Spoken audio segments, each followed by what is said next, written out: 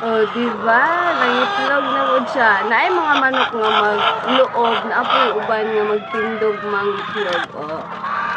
But in the act na pod. Early pa kaayo. Alas 6 pa pasado. Ato nang balhinon ang mga itlog sa basket. Kay puno na ang duha ka tray. So naana ang sobra na itong ibutang sa ibabaw. Kagahapon nakakuha taog 65, karon more than na siya 65, no? Kay 66 na ni siya niya. Alas 2 pa lang sa hapon. Ang uban ani late na mag-itlog. Sumurag makakuha gutag mga 70